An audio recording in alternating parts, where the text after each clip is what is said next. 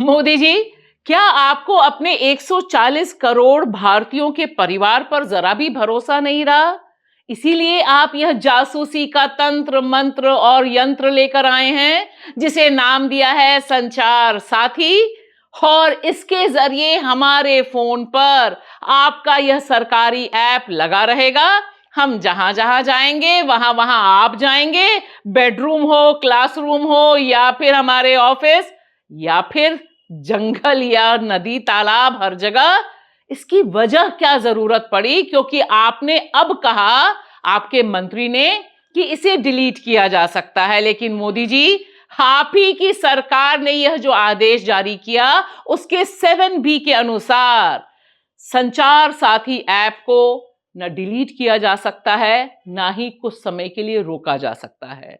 यह जासूसी है नागरिकों के ऊपर, और वह भी ऐसी सरकार के द्वारा जिसके पास पहले से ही इतना बड़ा अधिकार क्षेत्र है। आधार से लेकर सब कुछ तो आप ही के पास है मोदी जी। फिर क्या जरूरत पड़ी इस जासूसी उर्फ संचार साथी ऐप की?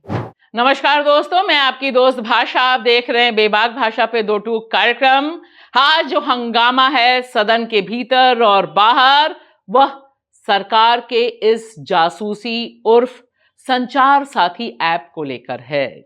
इस संचार साथी ऐप के बारे में जब से खबरें बाहर आई हैं, और जब से सरकार बहादुर यानी मोदी जी सरकार का यह आदेश जनता जनार्दन तक पहुंचा है, जिसमें उन्होंने तमाम मोबाइल बनाने वाली कंपनियों को साफ साफ शब्दों में आदेश दे दिया है कि जितने भी फोन बनाएंगे वो, उन सब में संचार साथी ऐप पहले से मौजूद होगा।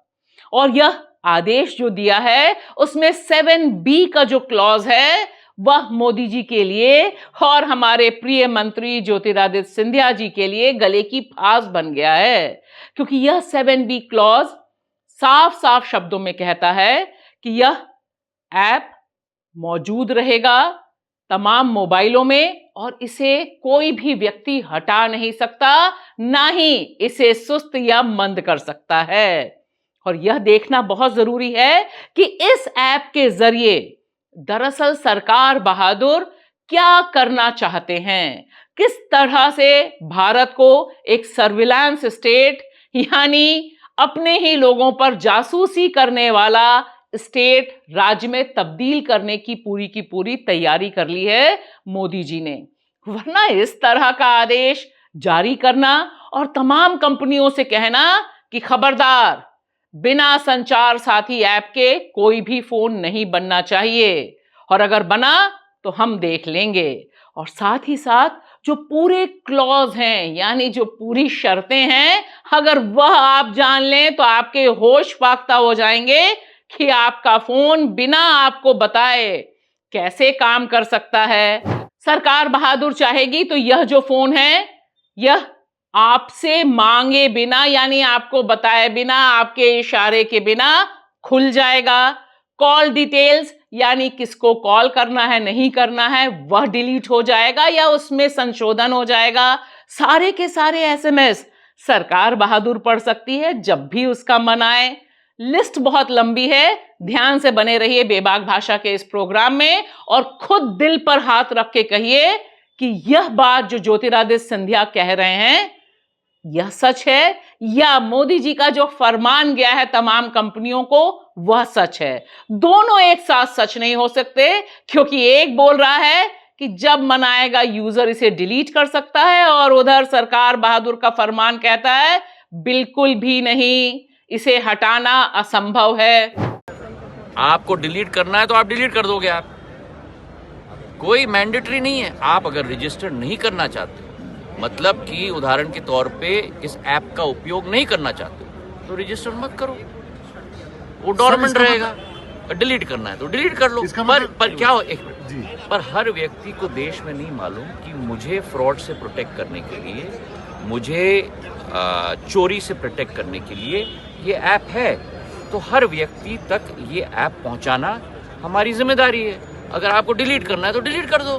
तो मोदी जी, यह जो फरमान है और इसके जो डिटेल्स है वो बहुत इंटरेस्टिंग है और इससे पता चलता है कि आप डरे हुए राजा की तरह से काम करने लग गए हैं। वरना 2025 में इस तरह का फरमान, इस तरह के डिटेल्स जारी करने की वजह क्या है? यहां पर साफ साफ कहा गया है कैमरा, यानी यह जो फोन का कैमरा है इसे भी जब आप चाहेंगे could potentially capture images, videos without your knowledge if misused। और यह सारा का सारा खेल प्रिय दर्शकों हो रहा है हमारे और आपके नाम पर। यह बताया जा रहा है कि हमारे फोन और हमारे फोन में जो एप्स हैं उनका बहुत मिसयूज होता है, बड़े बड़े फ्रॉड होते हैं, साइबर क्राइम्स होते हैं और हमारा फोन भी चोरी हो जाता है। तो मोदी जी को लगा कि बेचारे 140 करोड़ भारतीय कितना परेशान हो जाते हैं ना, लिहाजा मैं ही इंस्पेक्टर बन जाता हूं और फोन ही में बैठ जाता हूं, जो मेरा मन आएगा वह मैं करूंगा, मैं चाहे ये करूं, मैं चाहे वो करूं, मेरी मर्जी की तर्ज पर। दूसरा, कॉल लॉग्स, यानी किसको कॉल किया, हिस्ट्री क्या है, expose to who you called, जब आपने किसको कॉल किया, कब किया, वह व्यक्ति कहां था, सारी की सारी डिटेल्स सरकार बहादुर के पास पहुंच जाएंगे। इतना ही नहीं, टेलीफोन भी, यानी रीड फोन स्टेटस, यहां पर आपके फोन का स्टेटस क्या है। अगर आपने, बहुत से लोग आंख की पुतली का भी लगाते हैं, फिंगरप्रिंट्स भी लगाते हैं, वह सब कहानी पुराने दिनों की हो जाएगी। Device fingerprinting, tracking and identification of your device, सब कुछ मोदी जी के पास होगा। इसे कहते हैं असली कंट्रोल। और देखिए, SMS, send and view messages, आपने किसको क्या संदेश भेजा वह भी अब मोदी जी के कंट्रोल में रहेगा। और सिर्फ इतना ही नहीं, आपको बिना बताए आपके फोन से ही किसी को मैसेज चला जाए तो कितना फील गुड होगा ना, कितना डरेंगे आप। दरअसल डराने की टैक्टिक्स है, क्योंकि इसके जरिए could send messages without consent. अब आप देखिए कि यहां पर आपकी परमिशन की भी जरूरत नहीं है साहब बहादुर को। साहब बहादुर और उनकी एजेंसी आपके फोन से ही किसी को भी मैसेज भेज सकते हैं, है ना डरने वाली बात। फोन का storage, read, modify and delete, यानी अच्छा नहीं लगा तो डिलीट कर दिया, कुछ ऐड करना है तो ऐड कर दिया, फोन आपका फोन नहीं रहेगा। और भी अनगिनत प्रोविजंस हैं।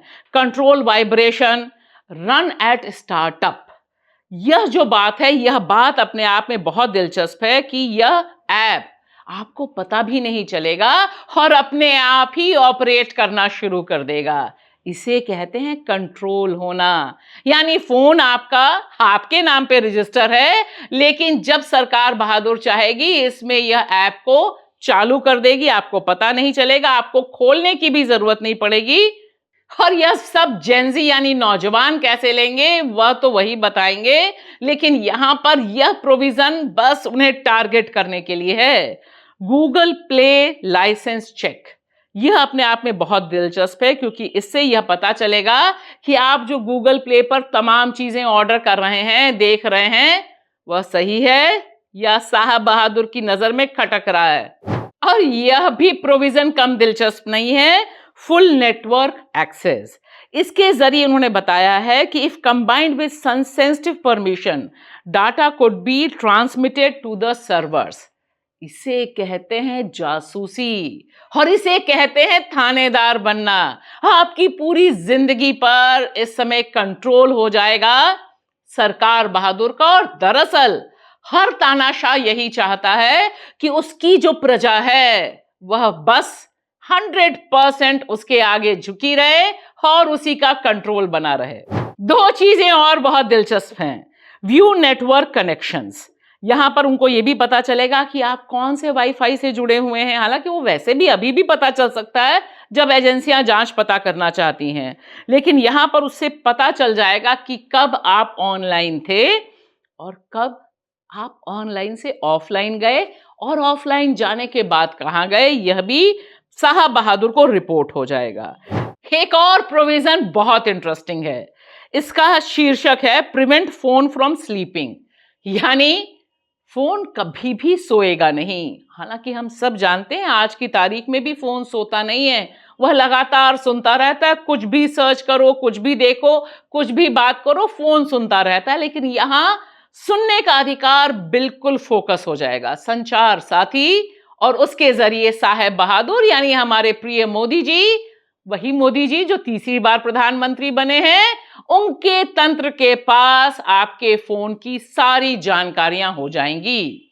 अब आप दिल पर हाथ रख के कहिए कि इस तरह की जासूसी की जरूरत क्यों पड़ी है और क्या करना चाहते हैं मोदी जी इस तरह से भारत के नागरिकों की जासूसी करके या थानेदारी करके। तो तस्वीर बहुत दिलचस्प है ना, और जासूसी का यह तंत्र वह भी अपने ही नागरिकों पे करना और डंके की चोट पर करना, यह वाकई मोदी जी का जो तीसरा अवतार है उसकी वजह से ही हमारे सामने आया है। वरना फोन टैप करना या हमारे फोनों में जासूसी यंत्र तंत्र लगाना कहानी पुरानी है, और इसमें इजराइल और इजराइल की जो एजेंसी है मोसाद, उसका जो मास्टरमाइंड है वह साफ दिखाई दे रहा है। इससे पहले भी भारत में और पूरी दुनिया में इजरायली मोसाद का जो सॉफ्टवेयर है पेगासस, जो जासूसी सॉफ्टवेयर है, वह किस तरह से तमाम नेताओं, तमाम ब्यूरोक्रेट्स और एक्टिविस्ट के मोबाइल में डाला गया था, लेकिन चुपचाप, वह भी तस्वीर हमने देखी थी। इसीलिए अब लोग कह रहे हैं कि अब यह खुले दरवाजे से पेगासस को हमारे फोन में डालने की सीधी सीधी कवायद है। और एप्पल अभी कह रहा है कि उसके लिए अपने फोनों को सरकार के इस यंत्र तंत्र को डालना संभव नहीं हो पाएगा।